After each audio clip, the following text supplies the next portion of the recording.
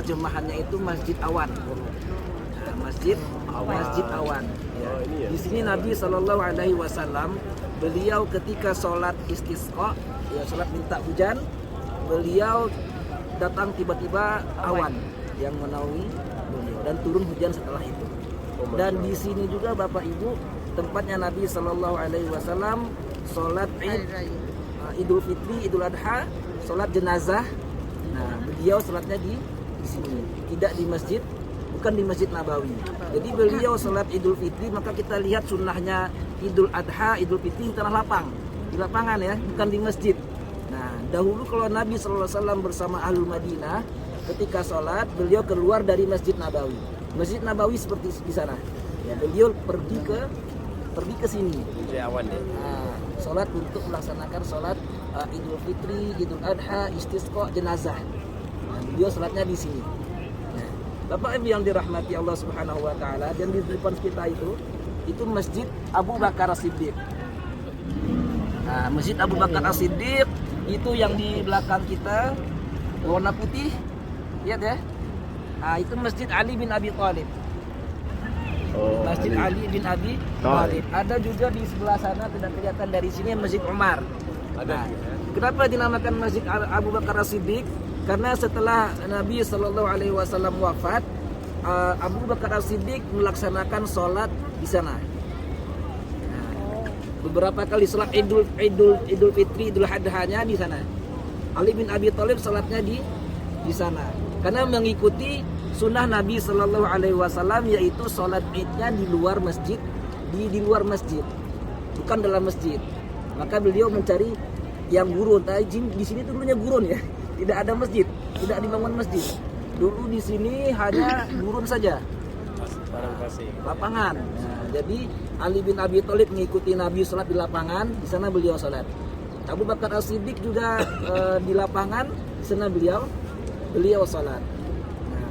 Begitu Bapak Ibu ya. Dan masjid ini dibangun ketika dibangunnya masjid itu pada zamannya Umar bin Abdul Aziz. Nah, ketika Umar bin Abdul Aziz ini cucunya Umar bin Khattab. Nah, juga ada garis keturunannya Umar bin Khattab. Nah, Umar bin Abdul Aziz beliau membangun banyak masjid-masjid. Untuk apa? Untuk sebagai penanda di sini tempat bersejarah. Nah, nanti kita akan melewati city tour. Itu nanti kita akan lewat ke Masjid Khandaq, kita akan lewat Masjid Qiblatain, bukan Masjid Khandaq, ada Masjid Ijabah dan lain sebagainya. Itu ada dibangun oleh Umar bin Abdul Aziz. Jadi beliau banyak membangun masjid-masjid yang sebagai tempat bersejarah. Hanya sebagai itu saja. Dan sekarang ini tidak beroperasi masjid ini. Ya, karena pahalanya lebih besar di Masjid Nabawi. Makanya lebih, buat apa dibangun ini kalau ada yang lebih besar di Masjid Nabawi. Nah, begitu Bapak Ibu ya. Dan Bapak Ibu yang dirahmati Allah, di sini di zaman Nabi Shallallahu Alaihi Wasallam ini namanya mantiqah musola. Ya, apa maksudnya itu? Jadi beliau ketika pertama kali datang di sini, beliau menjadikan sebuah kawasan, satu buah kawasan tempat sholat.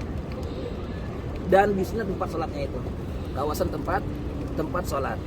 Dan di sebelah barat kita sini, dari sini sampai di belakang gedung putih yang itu, sampai kurang lebih 1 kilo jaraknya, itu pasarnya Ahlul Madinah di sebelah sini. Jadi ini tempat sholat sini, dan di belakangnya itu ada perluasan masjid yang warna putih. Nah, itu tempat pasarnya kaum muslimin. Karena Nabi SAW ketika beliau sampai di kota Madinah, beliau melihat pasarnya orang-orang Yahudi banyak terjadinya monopoli. Nah, banyak terjadinya kecurangan oleh orang-orang Yahudi. Namun Nabi SAW tidak melarang mereka, tetapi Nabi membuat pasar sendiri untuk kaum muslimin. Dan tempatnya di mana? Tempatnya di sini. Setelah ini kawasan sholat. Ini kawasan sholat, dan di setelahnya itu baru kawasan pasarnya kaum muslimin. Begitu Bapak Ibu ya. Nah, jadi Nabi SAW itu menyatukan, membuat sebuah tempat khusus bagi kaum muslimin. Nah, Baik Bapak Ibu yang dirahmati Allah, sedikit saya jelaskan juga ya, biar Bapak Ibu tahu juga ya, yaitu di belakang kita apa namanya, Masjid Nabawi. Kota Madinah di zaman Nabi Sallallahu Alaihi Wasallam itu luasnya Bapak Ibu kurang lebih di pagar sebesar pagar Masjid Nabawi. Sebesar, jadi sudah keluar pagar Masjid Nabawi, sudah keluar kota Madinah. Makanya kalau kita lihat hadis-hadis Nabi Sallallahu Alaihi Wasallam ketika Bilal bin Rabah azan, seluruh kota Madinah terdengar suaranya. Karena apa? Karena kota Madinah tidak besar dan di zaman dahulu tidak ada bangunan yang besar-besar. Bilal bin Rabah naik ke tempat tinggi, beliau azan, terdengar seluruh kota Madinah. Jadi maka keluar pagar sudah keluar kota Madinah. Nah, Bapak Ibu yang dirahmati Allah, dan ketika Nabi Sallallahu Alaihi Wasallam datang dari beliau hijrah dari kota Mekah ke kota Madinah, beliau sampai di sini dan disambut oleh seluruh penduduk kota Madinah. Kata sahabat radhiyallahu taala anhu mengatakan apa? Tidak ada hari yang lebih cerah melainkan hari datangnya Nabi Sallallahu Alaihi Wasallam. Maka seluruh kota Madinah beramai-ramai menyambut beliau. Ya. Dan di awal mulanya Nabi Sallallahu Alaihi Wasallam membangun Masjid Nabawi itu di tanahnya siapa?